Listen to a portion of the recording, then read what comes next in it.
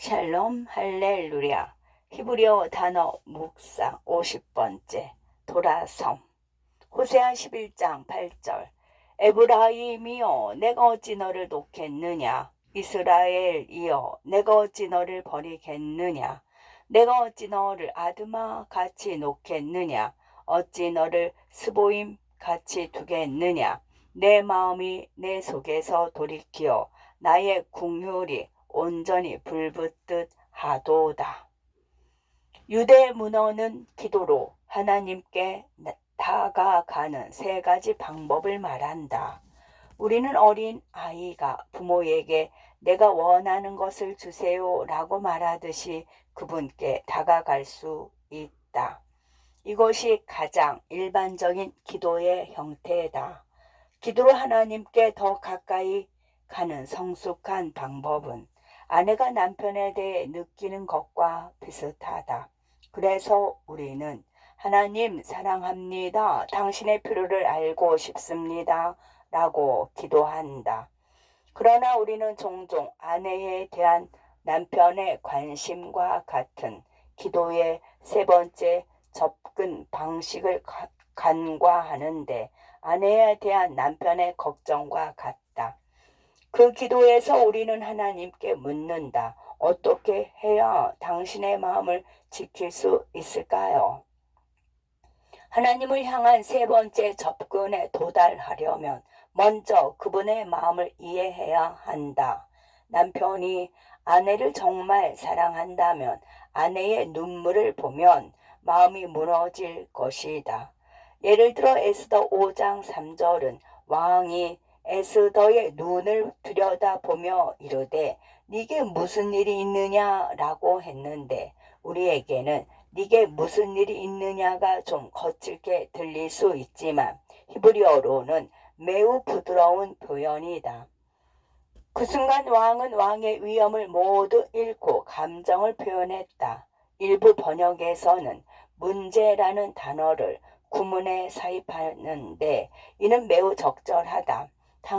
무엇이 당신을 괴롭게 합니까? 그러나 이 연민은 그것보다 훨씬 더 깊었다. 왕은 문제라는 말조차 꺼내지 못하고 왜 그래요? 무슨 일이에요? 라는 말만 할 수 있었다. 그런 다음 왕은 에스더에게 왕국의 절반까지 주겠다고 말했다.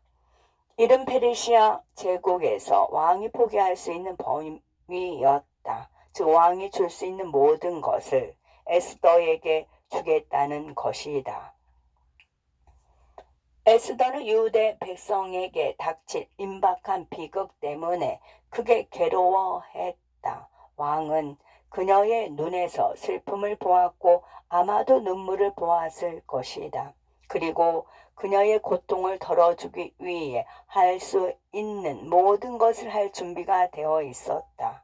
그는 그녀의 마음을 지켜주고 싶었다. 이전 연구에서 살펴본 것처럼 하나님의 마음은 쉽게 부서진다. 우리가 진정으로 그분을 사랑한다면 그분의 마음을 지키고 싶지 않겠는가?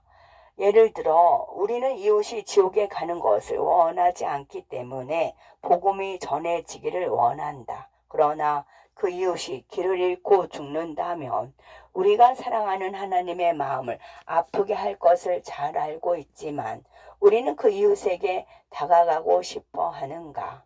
다윗은 하나님의 마음을 알고 이해했기 때문에 하나님의 마음에 합한 사람이었다.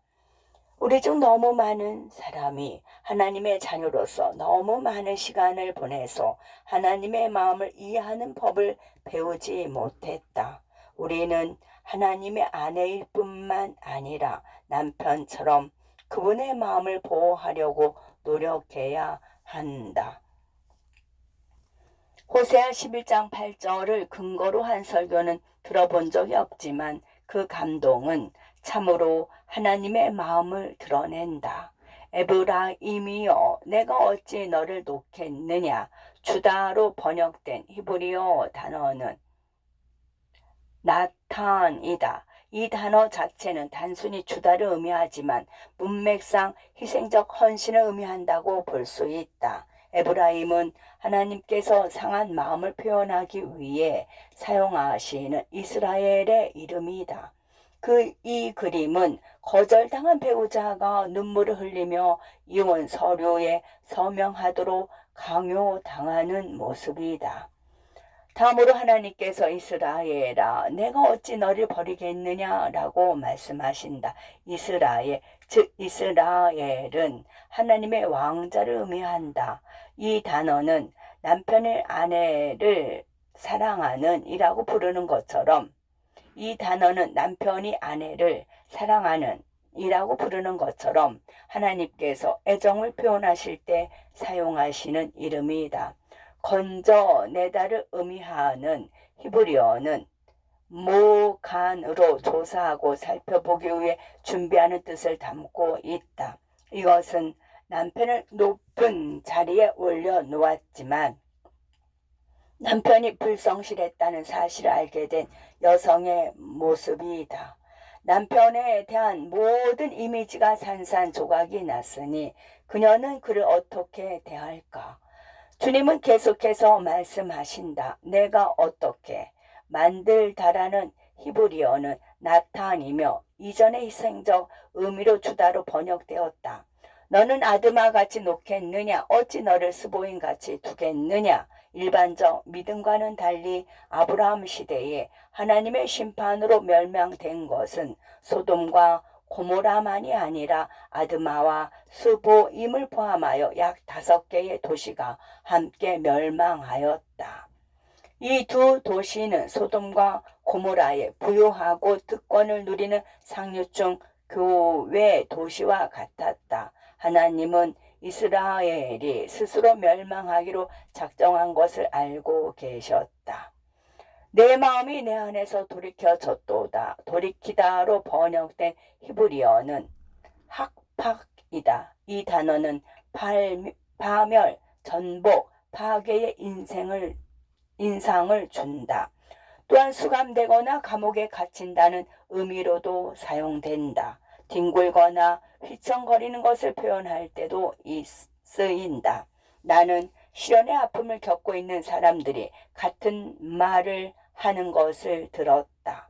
그들은 자신의 삶이 망가지고 파괴되었다고 선언했다. 그들은 자신의 마음을 아프게 한 사람에 대한 사랑에 갇혀 있다고 느꼈고 속이 뒤틀린다고 말했다. 그래서 하나님께서 내 마음이 내 안에서 돌이켜졌다고 표현하신 것은 이스라엘이 그분의 마음을 상하게 했다고 말씀하신 것이다. 그런 다음 하나님께서 나의 회개에 불붙었다는 이상한 말씀을 하신다. 회개라는 단어는 나함으로써 슬픔이나 비탄을 표현한다. 불붙이다는 카말로 불을 피우거나 연기를 내는 것과 같이 불쏘시개를 의미한다. 상처받은 마음을 가진 많은 사람이 타는 듯한 비탄과 슬픔에 대한 이야기하는데 이는 하나님께서 타는 듯한 슬픔을 말씀하실 때 표현하시는 것과 유사하다.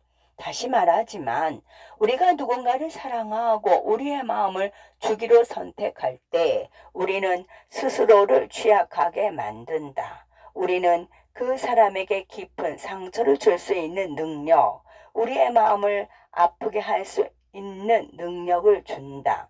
하나님께서 우리를 사랑하기로 작정하셨을 때 그분도 우리처럼 취약하게 되시지 않을까?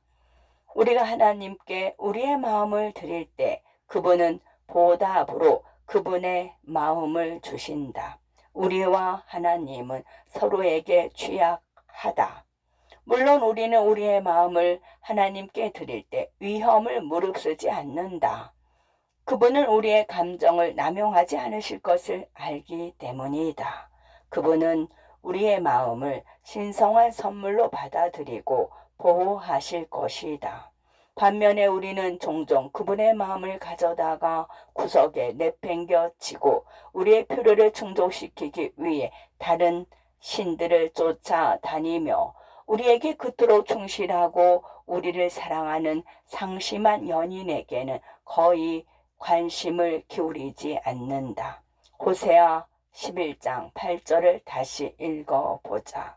당신은 사랑하는 사람이 자신을 파괴하고 있는 것을 보면서 아무것도 할 수 없는 연인이 보이지 않는가?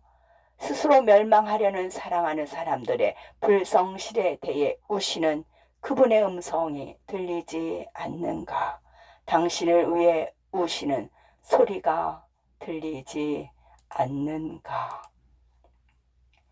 에브라임이여, 내가 어찌 너를 놓겠느냐? 이스라엘이여, 내가 어찌 너를 버리겠느냐? 내가 어찌 너를 아드마같이 놓겠느냐? 어찌 너를 스보임 같이 두겠느냐? 내 마음이 내 속에서 돌이켜 나의 국률이 온전히 불붙듯 하도다. 아멘.